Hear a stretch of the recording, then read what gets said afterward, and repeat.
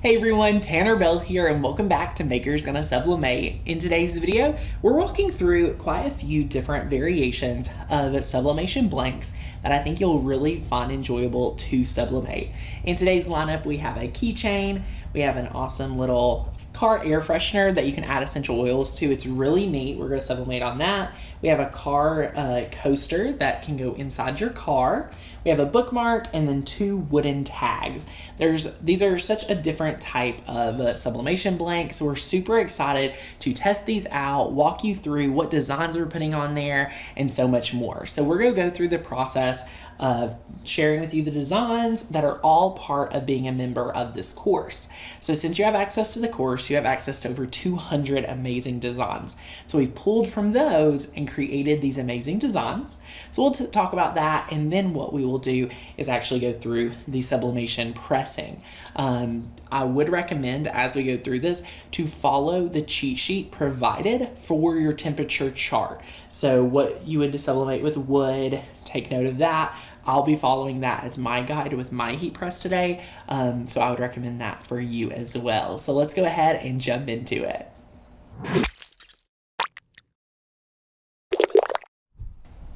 All right, my friends, so we have our different blanks here. So what we're going to do is just go ahead and start getting them prepped for our project today. First of all, we are going to look at the keychain.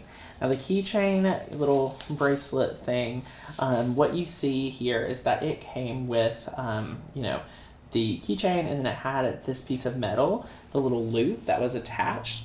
For sublimation purpose, we are removing that today. It got a little too hot in some tests.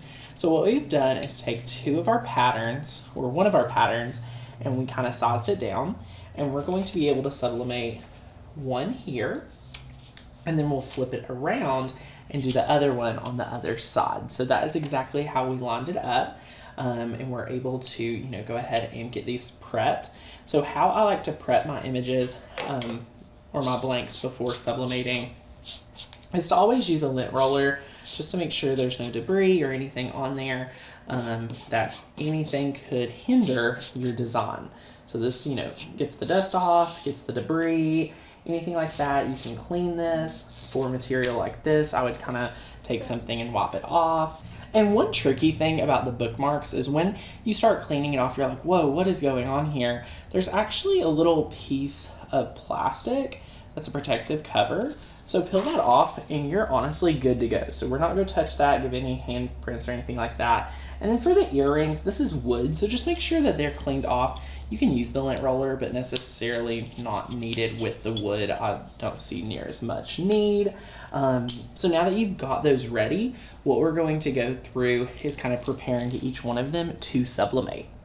All right, so here with our first project, the little keychain, is we're going to sublimate the entire thing. So we have went ahead and marked from the very tip of the little keychain all the way to the top. And once you're happy with that, you're going to grab your heat-resistant tape and you're going to start taping it off because you want to keep it all together. Okay, so just go through and tape it off. Just like so.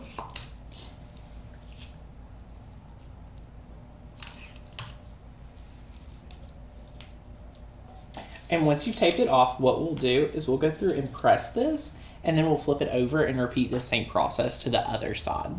So right here with the air freshener, through our testing, if we taped any of this down using the heat-resistant tape, what we saw come through was actually the color of the tape onto the air freshener. So this is one we'll actually freehand place, and then once we place it, we are just kind of committed there, and we're going to try not to move it. So you want to be very gentle with that one. Next up with the koozie, what we're going to do is this one's a little bit different. So we're going to place this one reverse. So notice how typically we'll have the blank and then we'll place the image. Today for this one, we like to place the blank on top of the image. So once you're happy with that, you can start taping it down. So again, we're just taping this down. All right, so this one's prepared too. So the main reason why we A, left so much excess paper, and B, had followed this method is if we had done it traditionally and we had just cut it down to as small as it actually is, we would have got press marks around the edges that we have not been able to get rid of. So the workaround for that when you're sublimating is to kind of follow this policy right here. This works like a champ for us, and it's really helpful. So for our bookmark, we're going to kind of do the same thing just to help us place where it's going. So we can see we have this design down here at the bottom. So we're going to place this right here and then place it going up. And then once we're happy, we're just going to tape it off. Ta-da! And then last but not least, we are going to tape down our earrings, following kind of the same method. Now notice here, we do not have a lot of excess at all. If I was to cut this just a little bit larger, this would have made my life 10 times easier than the exact size. But even if you're using a scrap piece or anything like that, you can make it work. You just want to be very careful and mindful. But if you are thinking about sizing this in a design software and you're working with, say, a 2 or 3 inch circle, go ahead and make that a 1/4 inch to an inch larger just to help you across the board.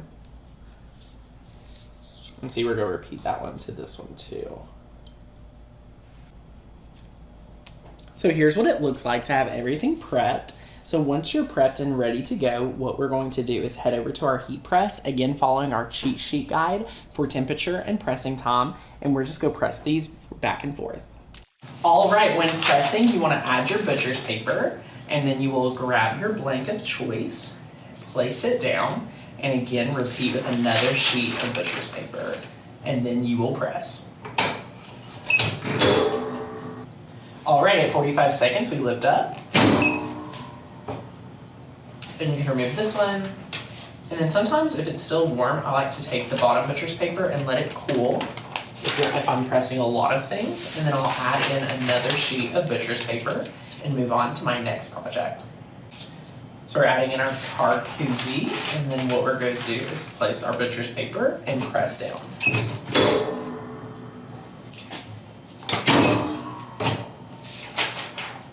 So now once this is done, we can take it and press it to the side. What this is the poly-coated neoprene, and you can follow those heat instructions on the cheat sheet for these type of little car koozies.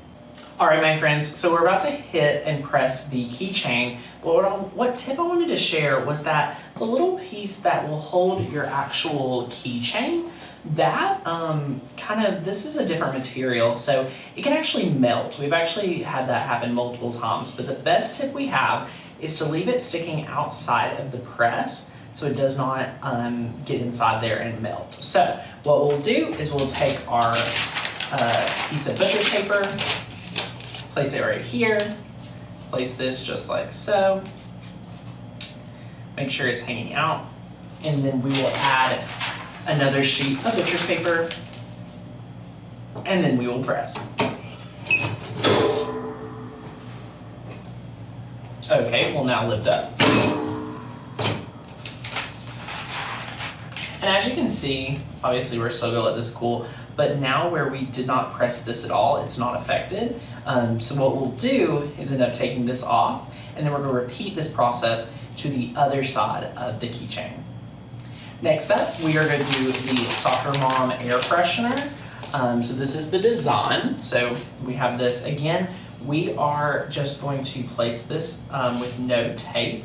So you just want to be very careful when positioning it down. And then when you're ready, grab another sheet of butcher's paper and then press down.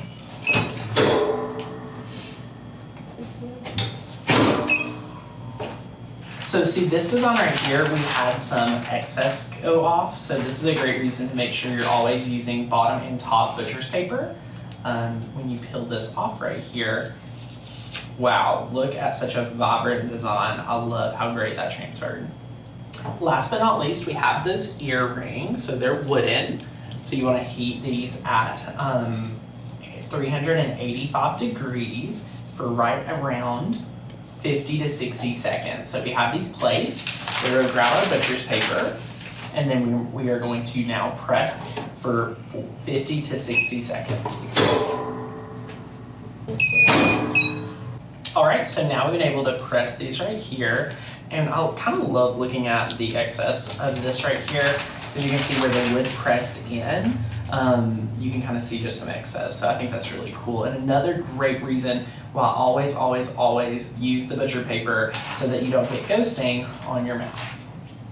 All right, so our keychain has cooled down, and we just repeated the same process. We made sure to tape just the edge and make sure to cut off the top excess to make sure it doesn't wrap over. And again, we're gonna let that little extra piece where our key's attached to right here, the little metal loop, that is hanging out. And now we're gonna press this right here for 40 seconds. But before we press it, we will add butcher's paper to the top. And once you're good to go ahead and press. All right, now lift up.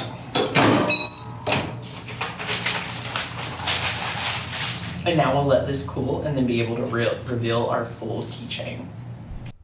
All right, so now that everything's cooled down, we can just quickly peel off and reveal how great everything turned out.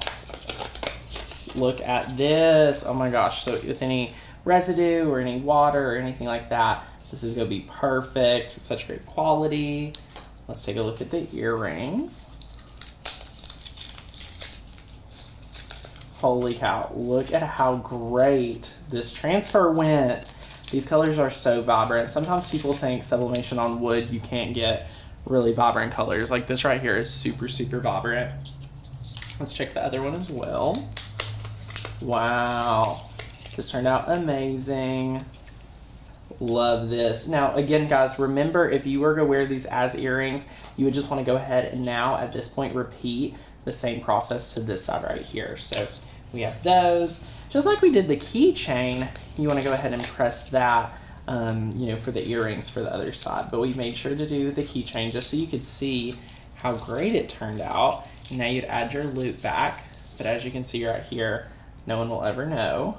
And it's on both sides. So that's really, really exciting. You could do a name, you could do so many different things for that project. And then our keychain, or excuse me, our bookmark right here.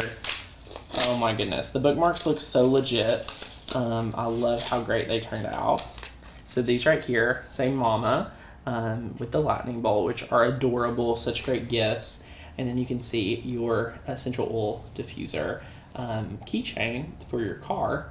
You can see your oil diffuser, air freshener right here. So all of these are so fun and they're so easy to sublimate. I cannot wait to see what you do with these. What do you guys think? What patterns are you going to use? Be thinking and let me know real soon. Thank you so much for watching today's complimentary training on testing out some of these brand new blanks. I hope you guys are excited to test some of these out. We love giving you just the small tips and tricks for working with each of these blanks. And again, I think you'll take a lot of the tips and tricks you have from this training right here to other sublimation blanks you're working with. So thanks for watching, my friends. I'll see you in the next one. Bye, guys.